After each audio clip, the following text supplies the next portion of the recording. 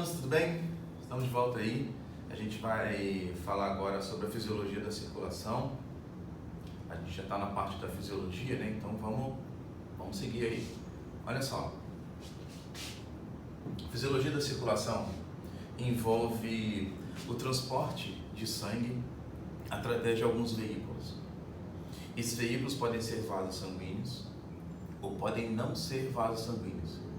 Toda vez que o sangue corre por vasos sanguíneos, a circulação é chamada de circulação fechada. Então tem pressão, porque existe alguma coisa para impedir isso daqui. Toda vez que esse sangue corre livremente entre as células, por gravidade, é uma circulação aberta. Os artrópodes têm circulação aberta. Então você arranca a patinha de uma barata, você vai perceber que não vai espirrar sangue, porque o sangue não tem pressão. Tá legal? Bom, olha só. A circulação, ela tem uma função muito importante, que é a função de transporte.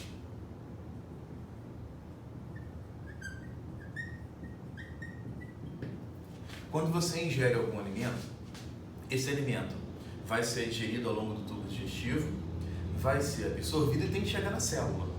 Quem vai transportar? O sangue, no caso o sistema circulatório.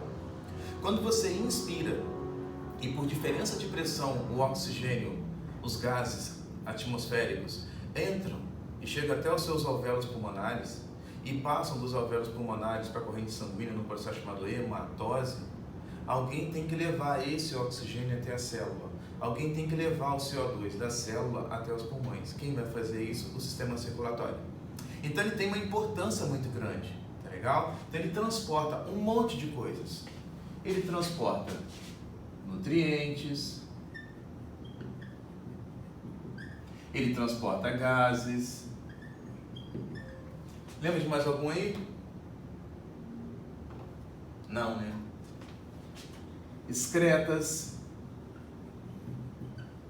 Excretas são restos de reações químicas que são altamente tóxicas e precisam ser liberadas. Serão liberadas pelos rins, alguém tem que levar. Legal. Hormônios. Hormônios são substâncias que são produzidas pelas glândulas endócrinas e caem diretamente na corrente sanguínea. Então, hormônios. E o seu sistema de defesa, o seu sistema imunológico, ele tem ao longo da sua corrente sanguínea no plasma as proteínas chamadas de anticorpos.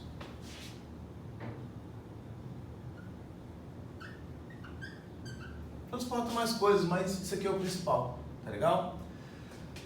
A composição de uma circulação completa, mais evoluída, ela envolve alguns componentes interessantes. Olha só, na composição nós temos vasos sanguíneos. Vou colocar sangue primeiro, tá? Sangue. Tem vasos sanguíneos.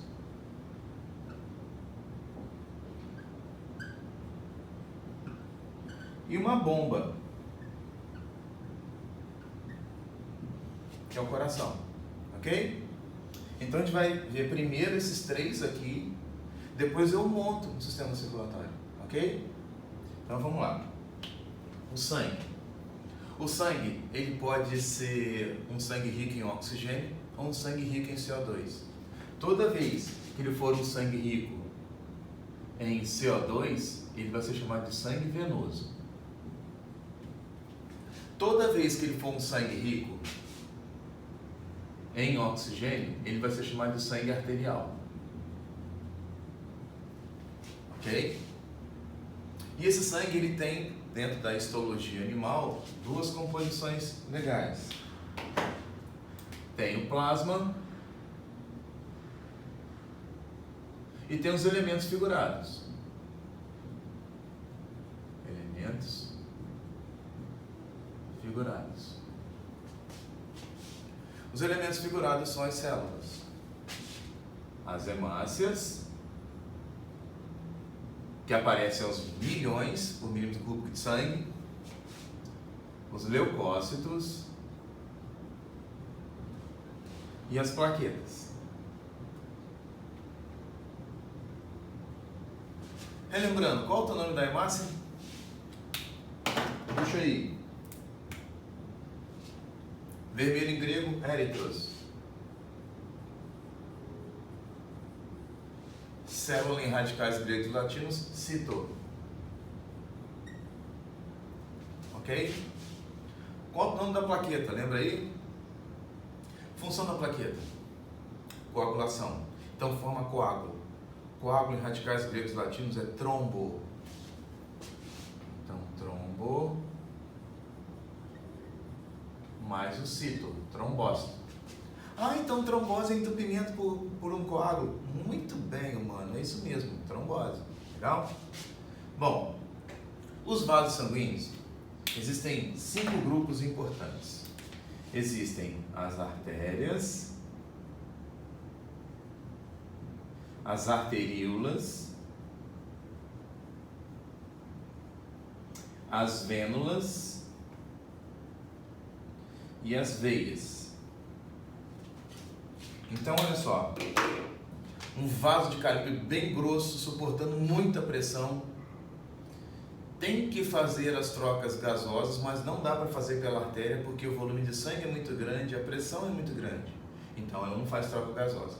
Aí, vai pegar uma ramificação, que é uma arteríola, menor, também com muita pressão, porque ele está saindo diretamente de uma artéria. Então ele também não vai ser possível fazer trocas gasosas, não vai arrebentar o vaso todo. Então essa troca vai ser feita na menor ramificação dessa artéria, que são os capilares.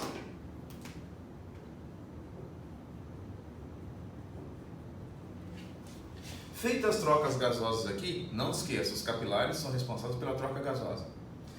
As trocas gasosas acontecendo aqui e as trocas de nutrientes, esse sangue agora tinha deixado o oxigênio e pegado o CO2 e vai ter que retornar. Para retornar, ele vai pegar um vaso sanguíneo um pouco mais calibroso, vai pegar um outro vaso sanguíneo mais calibroso e vai mandar o sangue de volta. Tá legal? Então, a artéria são todos os vasos sanguíneos que levam o sangue do coração para o organismo. E as veias são todos os vasos sanguíneos que pegam o sangue do organismo e levam para o coração. Não tem esse negócio de veia leva sangue venoso, artéria leva sangue arterial, por favor. Tá legal? Fechado? Bom, olha só. Então, as duas mais importantes são essas aqui, porque os capilares você já sabe que fazem as trocas gasosas. Então, artéria, vasos que levam o sangue do coração para o organismo.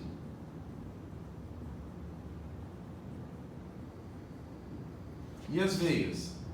Vasos que levam o sangue do organismo para o coração. Grosseiramente falando, veia leva sangue para o coração, artéria tira o sangue do coração. Ok? Fechado? Bom, seguindo.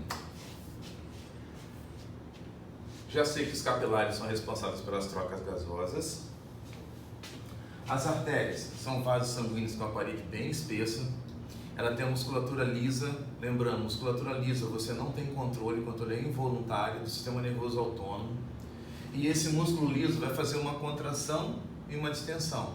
Uma contração e uma distensão, obedecendo o ritmo do coração, que também é involuntário. Então, ele vai ter uma pressão A, uma pressão B, uma pressão A, uma pressão B. Então, eu fiz o esquema aqui.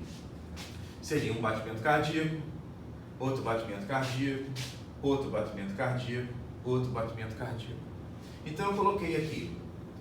Lembrando que pressão é a força que o volume de sangue faz na parede do vaso sanguíneo, então é a pressão sanguínea, ok? A pergunta aqui é o seguinte: o coração faz 2 movimentos: contração, distensão. Contração, distensão. Sístole, diástole. Sístole, diástole. Então, se no ar está acontecendo uma contração, isso aqui é chamado de pressão sistólica. Vamos lá. Vou colocar aqui em preto, tá? Pressão sistólica. E o B, que vai ser o relaxamento, vai ser, ao invés de ser uma sístole, vai ser uma diástole. Vou colocar aqui para ficar mais distante, tá bom? Pressão diastólica. Essa pressão, ela pode ser medida com um aparelho para verificar a pressão. Coloca aqui direitinho e ele vai, o profissional vai colocar o aparelho, vai ficar ouvindo essas pulsações aqui. Sístole, diástole, sístole, diástole, sístole, diástole. Então, dentro do manômetro tem uma régua, enroladinha, bonitinha, e ali tem um deslocamento de mercúrio de acordo com essa pressão, sistólica e diastólica. Então fica assim, sistólica, diastólica, sistólica, diastólica. Então, eu vou colocar uma régua aqui. Vou colocar aqui em cima, tá? Uma régua. Essa régua, ela é milimetrada. Então aqui o deslocamento do mercúrio vai ser maior. Aqui o deslocamento do mercúrio vai ser menor. Isso tudo é medido. Então, o normal é, na pressão sistólica, o mercúrio vai se deslocar 120 milímetros no mercúrio, na régua do mercúrio. E a pressão diastólica vai se deslocar 80 milímetros na régua do mercúrio.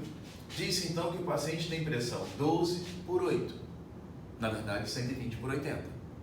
Então, se aumenta o volume do sangue, ou por um processo de osmose, por uma disfunção metabólica, se aumenta o volume do sangue, vai aumentar a pressão também. Então, isso daqui vai subir e isso aqui vai subir. Qual é o problema? Se aumentar muito isso daqui, aumentar muito isso daqui, esses vasos sanguíneos mais fracos, os mais finos, por exemplo, eles podem não suportar. Se eles não suportarem, eles podem se romper e você vai ter um acidente vascular. Tá legal?